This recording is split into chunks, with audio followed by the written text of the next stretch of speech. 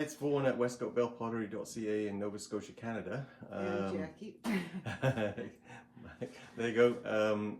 We are going to unload a Cone 6 kiln firing with a couple of different things. We've got a bunch of whales that Jackie did, so they're in her own style. And then I have a new glaze that I'm going to play with, and I'm doing a video on this as well, making it in a set. So this is the black glaze.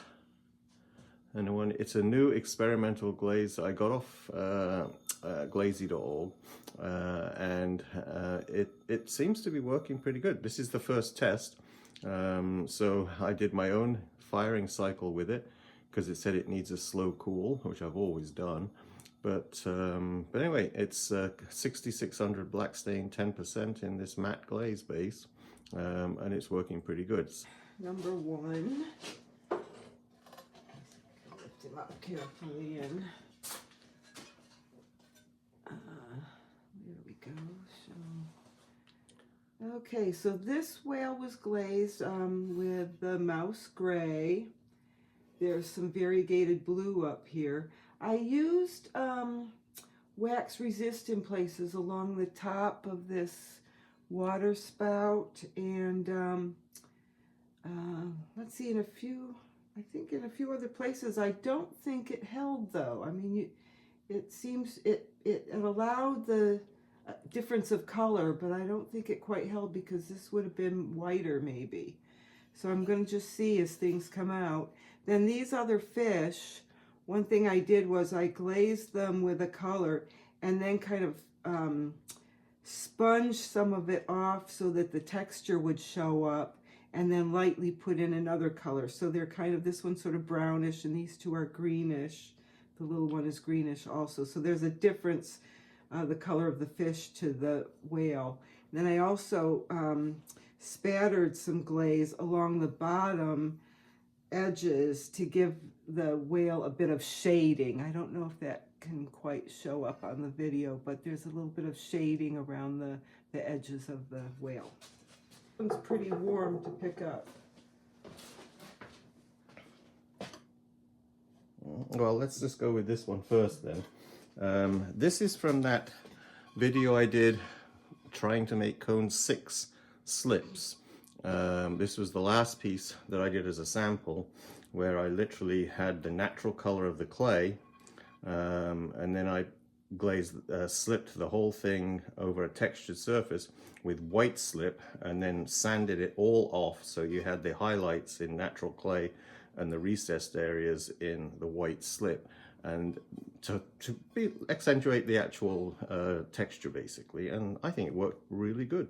So and this is on the red iron clay, but there, I think that helped sort of make the actual silhouette stand out even more. And this is just a bright blue glaze, one glaze over the whole thing. Yep. There we go. Okay, this is the second one. That's a big guy. This was the biggest one, I think, or one of the bigger ones. I'm gonna see if I can get it close up so that you can see some of the textures, because there's mouse gray, but I also used sponging to modulate the color along the whale, so it wasn't just kind of a solid gray. There's stamped textures that I stamped while the clay was soft. There's like spirals and sort of water feeling textures, and then the mouse gray has stamped on top the oatmeal, and then up here I've used a variegated blue.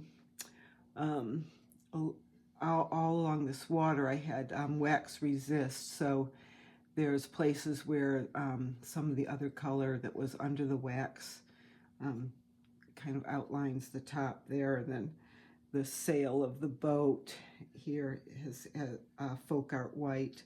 And then again on the fish, I applied glaze, wiped it down a bit so that glaze stayed in the incised areas, and put another layer of over the top so that the texture turns out and distinguishes this fish from the whale.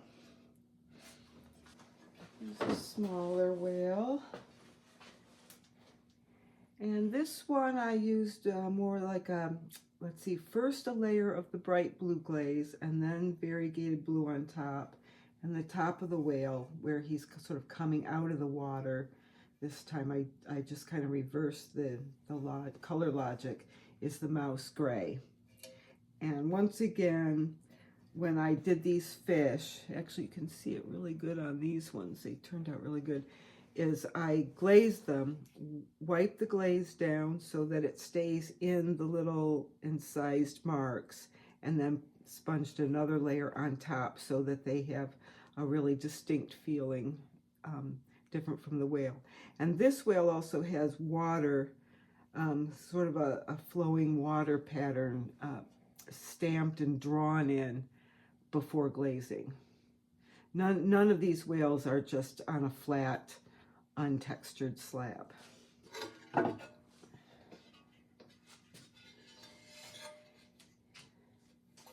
And this one again, I played with the idea of this part of the whale being submerged in water.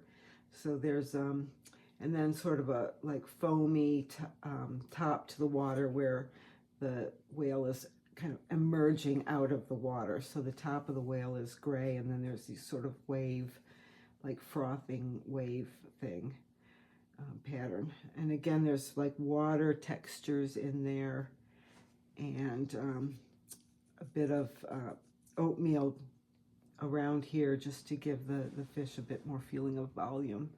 I also darken around the mouth area, all to give it the form, the shape, of more feeling of form. This one you can see the stamped pattern in a little more distinctly. It was a stamp that went a bit deeper into these areas of the whale. The smaller whale is done in a contrasting blue, and usually I'm layering my blues, like there's a bright blue glaze under and the variegated blue on top.